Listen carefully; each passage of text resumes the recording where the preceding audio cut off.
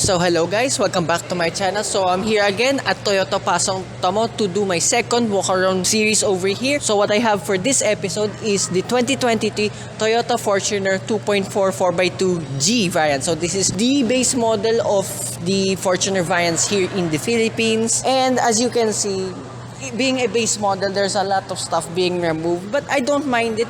Just being honest, I got a little bit spoiled with the Fortuner LTD 4x2. I have a complete detailed review of that, including the test drive. Link of that will be in the description down below. I will just compare that because that's the only Fortuner I've test driven and did a full review on. So yeah, a little bit of nitpicks here and there. So immediately how you can tell that this is a base model. Right, oops. So you have LED headlights over here, but this is where it gets different. So you have halogen signal lights over here and halogen park lights. Whoops, I'll turn that off so you can see me. So at least the main headlight is still LED, so I don't mind that whatsoever. So different looks here as well. Being the base model, you have just a matte black grille over here with some weird design here in the big Toyota badge. You have a very massive fake grille over here. So ground clearance is exactly the same like with the LTD variant. This one as well now is matte black over here. So as well, there are no fog lamps for this G base variant here, and this is the biggest difference now being the base model compared with the LTD only.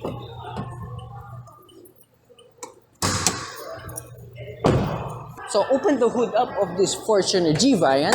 The hood is really heavy, so you have to watch out for that.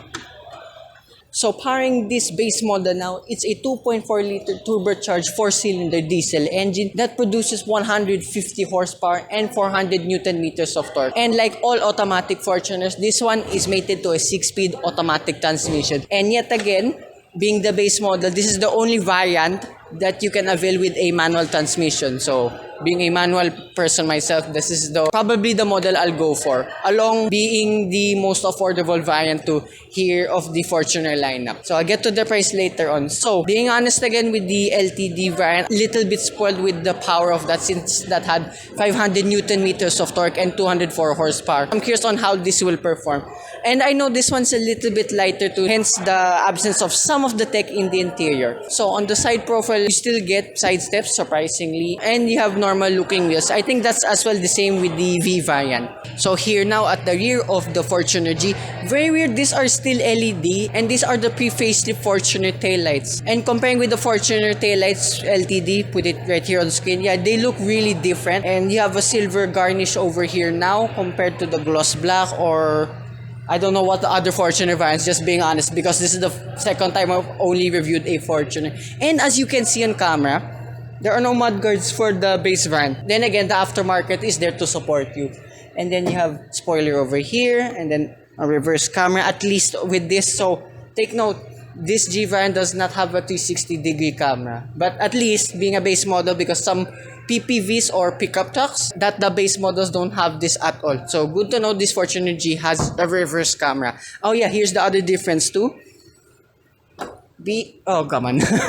So being the base model, there is no electronic tailgate for this. And you can tell there's that blank button here beside the handle. This is the boot of the Fortuner G. So the total space here with all of the seats up is 200 liters. And sorry guys, I'm too lazy to do it here again. So this is the shots in the LTD. This is the biggest complaint I have with Fortuners in general. The third row folds this way like an FX. So it does hamper space a little bit. But at least the second row tumbles forward. So it does kind of make up for it. But then again, these third row seats defeat the purpose of maximizing out your space. So again, here are the shots of the LTD. So with the third row down, you have a total of 716 liters. And with all of the seats down, well, for the third row, folded to the side, you have a total of 1,080 liters, which is the smallest one in its class. So that's about it with the engine, the exterior, and the boot of this Fortuner G. Let's go to the interior. Oh, these are halogen too, for the plate holder. So this is the interior of this 2022 Toyota Fortuner G. Okay, being honest, sounds a little bit less durable than that of the LTD. Maybe it's the absence of some of the tech here, I don't know. It just sounds a little bit different than that of the LTD, as I said. So being the base variant now, there's no leather here whatsoever. Everything here is mostly urethane and cloth and plastic. So here in the door card, as you can hear, it's all plastic here and there. You have cloth at least for your elbows, cubby spaces, and cup holders on either side. My big water jug surprisingly fits. And then here on the left side, you have pop-out cup holders. Doesn't fit my big water jug, but cups and small bottles will fit here with no issue because I did that in the LTD again. And then further down below, you have a lot of blank buttons, but at least you have one functioning button, which is for your parking sensors. So overall here in the interior, it's as basic, but everything has a purpose over here. So here in the steering wheel, oh, surprisingly it's urethane, so there's some squish in it, so better than I once thought. I thought it was just normal hard plastic-ish.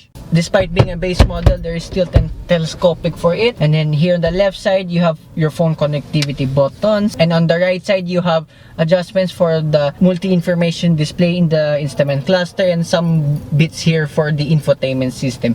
So that's what I like with this base Fortuner. There's no blank buttons here whatsoever. I mean, if there's blanks, they should have removed all the buttons altogether, but not for this Fortuner G. Everything still has a purpose here. So in the instrument cluster, surprisingly, it's all blue. Yet again, like what I said, there's your multi-information display there in the middle. And then I just remembered, in the LTD variant, you have your speaker setups here. They look exactly the same like in the LTD, but they're not JBL sound system. And then here in the middle, you have two air conditioning vents. And I haven't seen this in a while in a Toyota. You have a digital clock over here along with your hazard button. Further down below, you have a 7-inch infotainment system with Apple CarPlay, Android Auto. Good on that. Although there's a lot of features that have been removed. Comparing with the V and the LTD, take note. Like I said, 80-60 degree camera. You only have a reverse camera. But at least there's the use for your phones here in the infotainment. And then speaking of phones, way down below, you have your safety reminders, air conditioning controls, then 12-volt socket, 3 blank buttons, a cubby space, and then another cubby space for your phone. That's where the wireless charger is supposed to be if you're in the LTD van. But surprisingly, it still fits my phone. Open this cover up, you have 2 cup holders with plastic grips. Fits my big water jug perfectly. Yet again, around the gear lever is all gloss black. But you won't be touching most of that apart from the cover for your cup holders at least. Further back, you have your manual handbrake here. It's also wrapped in urethane. Your drive modes here, eco, power, and then one functioning button here only for electronic stability control. So being the base model 2, A mode absent here from the upper variants of the Fortuner.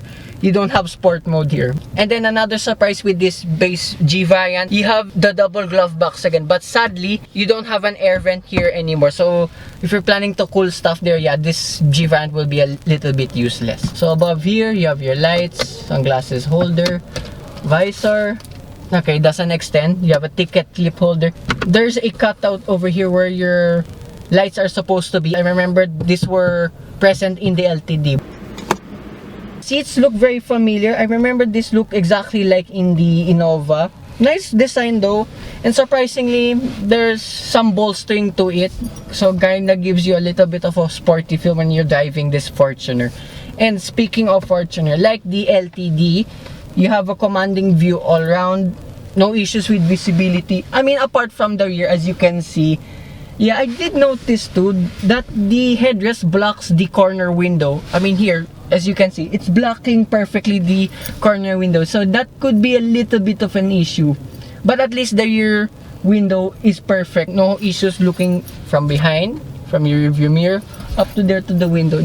But yeah, that could be a little bit of a blind spot though with this headrest. So I noticed too with this second row, the headrest, they feel a little bit taller than that of the ones in the LTD, because when I try to tumble them forward, it jumps up here behind these front seats. So if I plan to tumble this forward, the second row, I have to move this back again forward, which is a very annoying thing to do, being honest only. So anyway, continuing here, you have a center console box. That's purely plastic now, but it looks like leather. Alright, the space is pretty big enough. Oh yeah, by the way, I cannot open the main glove box here because it's locked and I don't have the key with me. So let's not forget, being the base model, these air conditioning controls are manually operated. The the Fortuner V and above are all either single zone or dual automatic climate control. So since we're here already, second row, space there in the back. Like in the LTD, no issues whatsoever. Not the best one in its class, but still spacious enough. And then here in the middle, you have a cubby space here with the 12-volt socket. Kind of weird place putting your phone, but it still has a purpose at least. Transmission tunnel, not that tall. You can simply put your feet up, no issues again. And then the central armrest, as you can see here, you have pop-out cup holders. It holds my big water jug in place, but doesn't go all the way in. And then the rear door cards, exactly the same like the ones here in front. Still fit my big water jug surprisingly. And above here, you have your air conditioning controls for the second and third row, along with more lights over here on either side. That's what I like again with this base model. They didn't remove any of the air conditioning vents, even up to the third row. And since we're talking about the third row, space there is exactly the same to us like in the LTD. The space there is pretty ample. My headroom, I'm 5'4", I'm a small adult. It's enough for me too. Although I find the dome light for the third row a little bit odd because it's all the way there in the back. And surprisingly, there's a lot of cubby spaces there too in the back. On the right side, I have no idea what this is. You can correct me in the comment. It fits my water jug there in place. And on the left side, there's a cup holder that fits my big water jug perfectly. And there's another cubby space there for my phone. Surprisingly too, with the third row, you can recline the seats. So a little bit of an advantage there.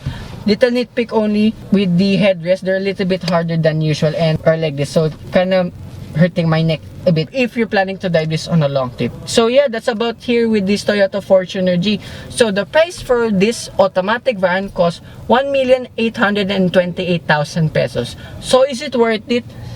Of course, I will say yes because it's a Toyota. But there's a side of me that's saying no because for around 100,000 pesos more, you can get the V variant, which has a little bit more amenities and tech. So I will only get the G variant if it's a manual transmission because that's a little bit more affordable than this. And yeah, it's so good that the Fortuner still has a manual variant. Yeah, so that concludes my walk around review of this Fortuner G base model. I'd like to thank everyone here again at Toyota Pasong Tamo, and to the following SCs, their contact details will be in the description down below. So hope you guys like and subscribe. Remember, this concludes episode 2 here at Toyota Pasong Tamo. So my final episode will be one of the most popular MPVs to this day. So yes, I am breaking the ice too of doing a walk around tour of that car. Bye-bye.